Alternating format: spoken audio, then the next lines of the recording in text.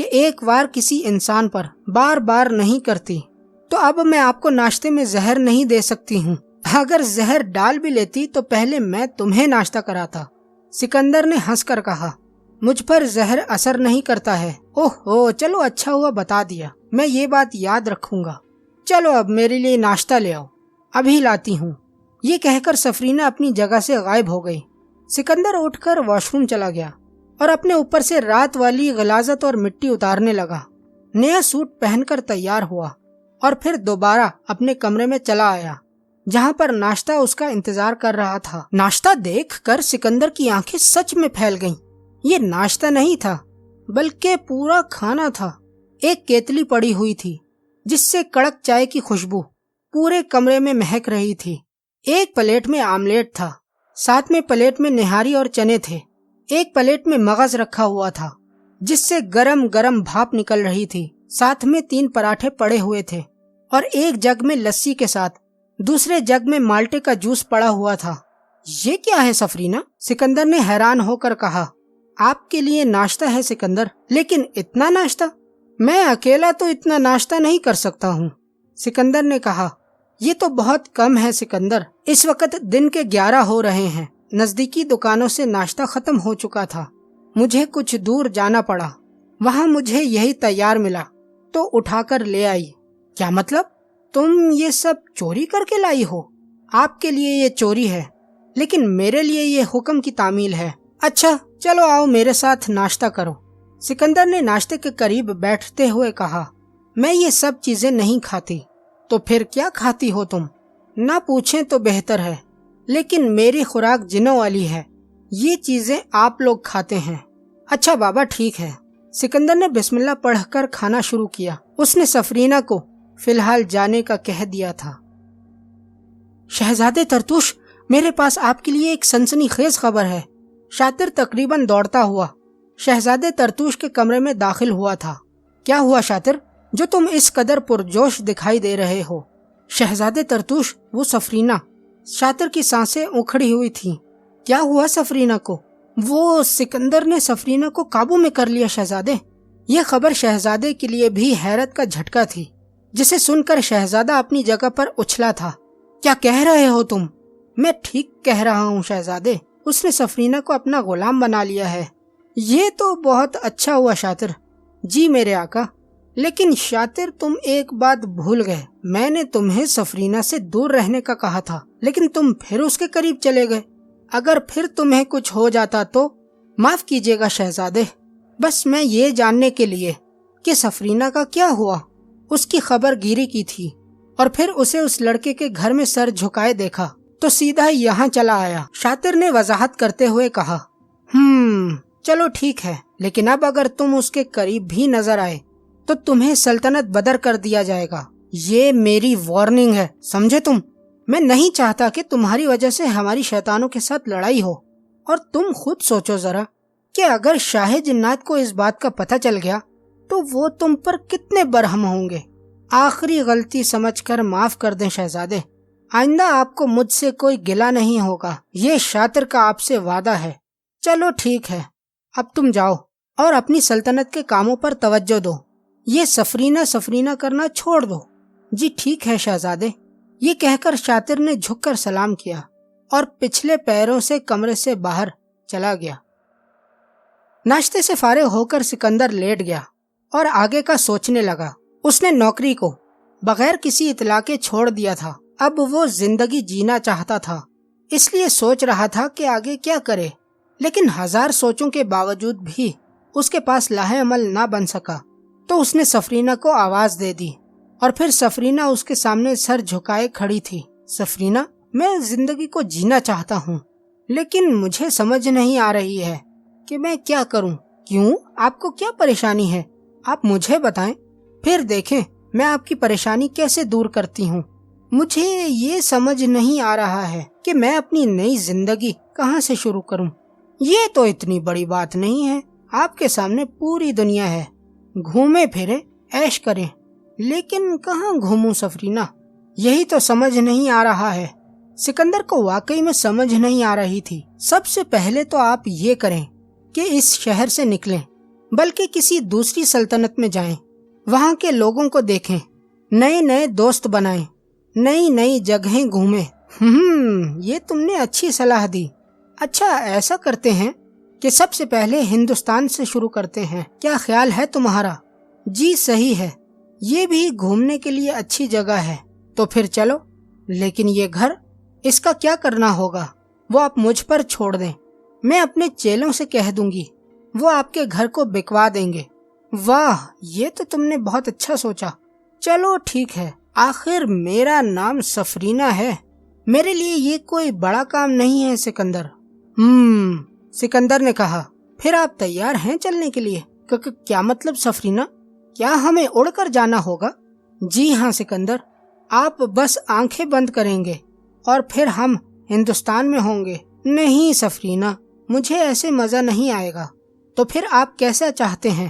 میں چاہتا ہوں کہ میں دنیا کو دیکھتے ہوئے ہر جگہ جاؤں۔ یہ بھی صحیح ہے سکندر، یہاں سے ہم ٹرین کی مدد سے ہندوستان جائیں گے اور پھر آگے اگر ضرورت پڑی تو ہوائی جہاز کا سفر کریں گے۔ سکندر نے آگے کا پلان بتاتے ہوئے کہا، جی ٹھیک ہے سکندر، تو پھر چلیں۔ میں اپنے ساتھ کپڑے نہ اٹھا لوں؟ آپ کو کپڑوں کی ضرورت نہیں ہے سکندر۔ ہیں؟ کیا مطلب؟ مطلب آپ کو جب کبھی بھی کسی چیز کی ضرورت ہو، آپ مجھے حکم کریں، میں وہ چیز آپ کو لا دوں گی۔ واہ جی واہ، مجھے تو بھول گیا کہ میرے پاس ایک طاقت ہے جس کا نام سفرینہ ہے۔ جی ہاں سکندر۔ اچھا، میں کچھ پیسے تو اٹھا لوں؟ آپ کو پیسوں کی بھی ضرورت نہیں ہے سکندر، میں نے آپ کے پرس میں پیسے ڈال دیے ہیں۔ یہ سن کر سکندر نے جیب میں ہاتھ ڈالا اور اپنا بٹوا باہر نکالا تو حیران رہ گیا، کیونکہ پرس نیلے نوٹوں سے بھرا ہوا تھا۔ اب سکندر کو احساس ہو گیا کہ سفرینہ کیا چیز ہے۔ اللہ کرے بس یہ صحیح رہے، ایسا نہ ہو کہ لوگوں کو میری لاش ملے۔ سکندر نے یہ بات دل میں کہی تھی۔ چلو سفرینہ چلیں، یہ کہہ کر سکندر کمرے سے باہر نکلا، لیکن صحن میں پہنچ کر سکندر رک گیا۔ پیچھے نظر جو کی تو سفرینہ غائب تھی۔ یہ پھر چلی گئی، یہ کہہ کر سکندر نے دل میں سفرینہ کا نام پکارا اور سفرینہ حاضر ہو گئی۔ بھائی، مجھ سے یہ سفر اکیلے نہیں کٹے گا، تو پھر بتائیں کہ میں کیا کروں سکندر؟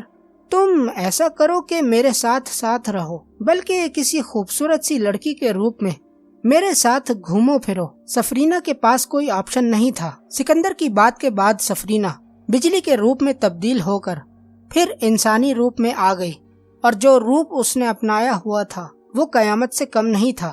جوان تو جوان، بوڑھے بھی سکندر کی قسمت پر رشک کرنے والے تھے، لیکن سکندر جانتا تھا کہ یہ نظر کا دھوکہ ہوگا۔ تم تو قیامت ڈھا رہی ہو سفرینہ۔ تعریف کا شکریہ سکندر، ویسے میں ہوں ہی قیامت۔ اوہ بھائی، میرا مطلب وہ والی قیامت نہیں تھا۔ اچھا، سفرینہ نے بغیر کسی مسکراہٹ کے کہا۔ دونوں گھر سے باہر نکلے تو سامنے ہی ایک رکشے والا گزر رہا تھا، جسے سکندر نے ہاتھ کے اشارے سے رکنے کا کہا اور پھر رکشے والے کو ریلوے اسٹیشن کا کہہ کر دونوں رکشے میں بیٹھ گئے۔ رکشہ نارمل رفتار میں ریلوے اسٹیشن کی جانب چلنے لگا۔ ان دونوں کو ریلوے اسٹیشن پہنچنے میں 20 منٹ لگے۔ ارے اب ٹکٹ کہاں سے لینے پڑیں گے سفرینہ؟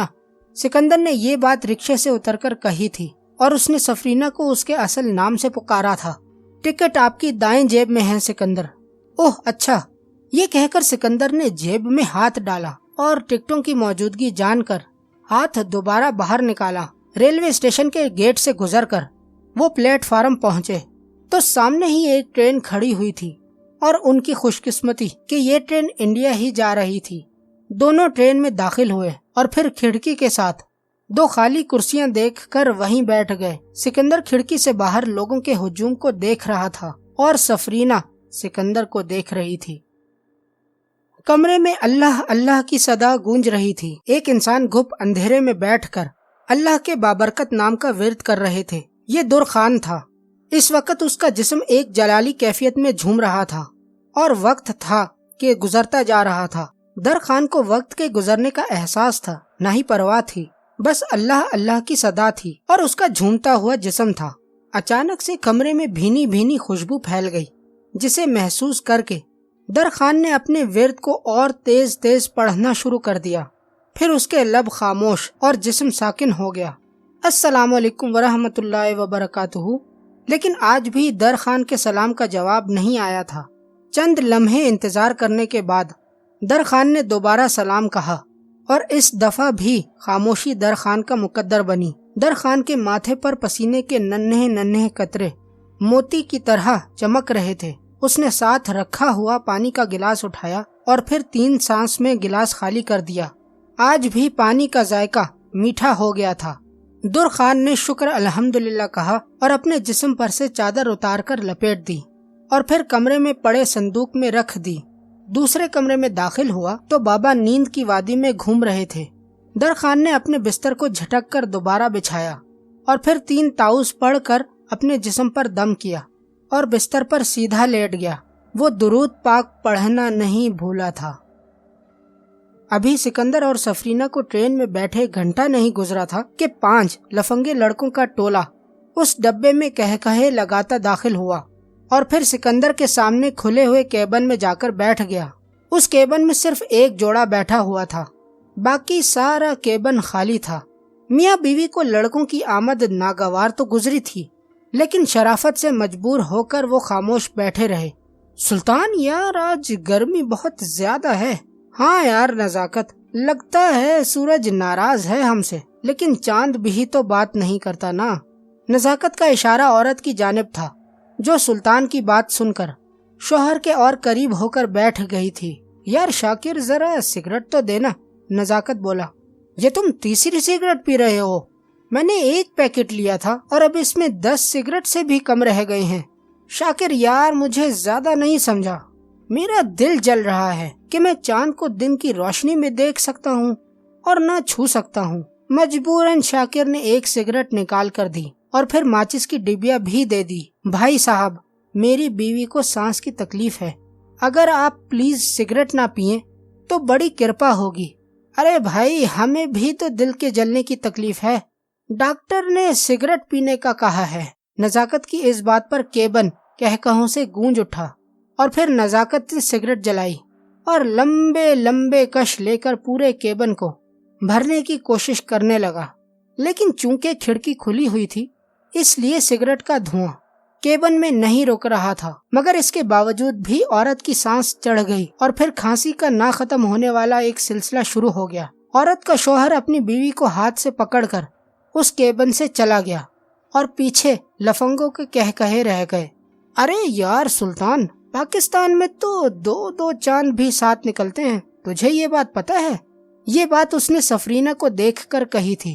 سکندر بھی سلطان کا اشارہ سمجھ گیا تھا، لیکن اس نے خاموشی اختیار کر رکھی تھی اور سفرینہ پر اس بات کا کوئی اثر نہیں ہوا تھا۔ ارے بھائی دیکھو ذرا، یہ چاند تو بڑا مغرور ہے۔ نزاکت نے سگریٹ کا کش لے کر دھواں سفرینہ کی جانب اڑاتے ہوئے کہا، لیکن چاند کے ساتھ یہ جو دھبا ہے نا، اس نے چاند کی خوبصورتی کو داغ لگا دیا ہے۔ کیا کہتے ہو تم شاکر؟ ہاں یار، اس دھبے کو چاند سے دور کرنا چاہیے، اس کے ساتھ چاند کی خوبصورتی ماند پڑ رہی ہے۔ دوستوں دیکھو، ضروری نہیں کہ اس ٹرین میں تمہارے جیسے لفنگے ہی سفر کریں، کچھ شریف لوگ بھی ٹرین سے سفر کرتے ہیں، تو بہتر نہیں کہ تم شریف لوگوں کو تنگ کرنے سے باز آ جاؤ۔ یہ بات سکندر نے کہی تھی اور اس بات کا نزاکت پر گہرا اثر ہوا۔ اوے بدنما داغ، ذرا منہ سنبھال کر بات کرو، ایسا نہ ہو کہ ٹرین پر سے تمہیں ویل چیئر کی مدد سے اترنا پڑے۔ سفرینہ نے اب تک ایک لفظ بھی نہیں کہا تھا۔ اچھا ٹھیک ہے دوستوں، میں اپنا منہ بند رکھتا ہوں، سفرینہ خود تم سے بات کر لے گی۔ کیوں سفرینہ، تم ان سے بات کرنا چاہو گی نا؟ یہ مجھے ویل چیئر پر بٹھانا چاہتے ہیں۔ آپ حکم کریں سکندر، سفرینہ نے کہا۔ میں چاہتا ہوں کہ انہیں ایک سبق دیا جائے، لیکن تھوڑا خیال رہے، یہ پبلک پلیس ہے۔ سمجھ گئی میں۔ یہ کہہ کر سفرینہ اپنی جگہ سے اٹھی اور پھر اپنی کرسی چھوڑ کر کیبن میں داخل ہو گئی۔ آؤ جانے من، ہم تو تمہارا انتظار۔ ابھی نزاکت کا جملہ پورا بھی نہیں ہوا تھا کہ سفرینہ بجلی میں تبدیل ہو کر پھر دوبارہ انسانی جسم میں آ گئی، اور جو جسم سامنے آیا اس نے سکندر کو بھی ہلا کر رکھ دیا۔ وہ ایک بوڑھی چڑیل تھی جس کے کھلے بالوں کی جگہ ناگ ہوا میں لہرا رہے تھے، لمبے لمبے ناخن اور پاؤں پیچھے مڑے ہوئے تھے۔